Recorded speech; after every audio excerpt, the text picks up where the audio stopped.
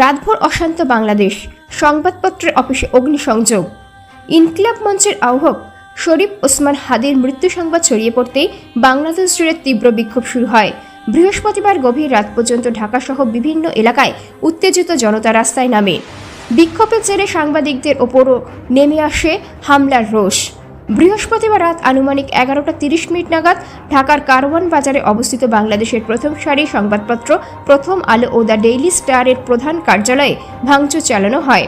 এরপর দপ্তরের একাংশে অগ্নিসংযোগ করা হয় বলে অভিযোগ। ঘটনার সময় অফিসের ভেতরে আটকে পড়েন একাধিক সাংবাদিক। বিবিসি বাংলার প্রতিবেদন অনুযায়ী পরে দমকল বাহিনী ঘটনাস্থলে পৌঁছে আগুন নিয়ন্ত্রণে আনে এবং ভিতরে আটকে পড়া সকল সাংবাদিককে নিরাপদে উদ্ধার করে। যদিও উদ্ধার হওয়া সাংবাদিকদের একাংশ পুলিশের নিষ্ক্রিয়তা নিয়ে অভিযোগ তুলেছেন।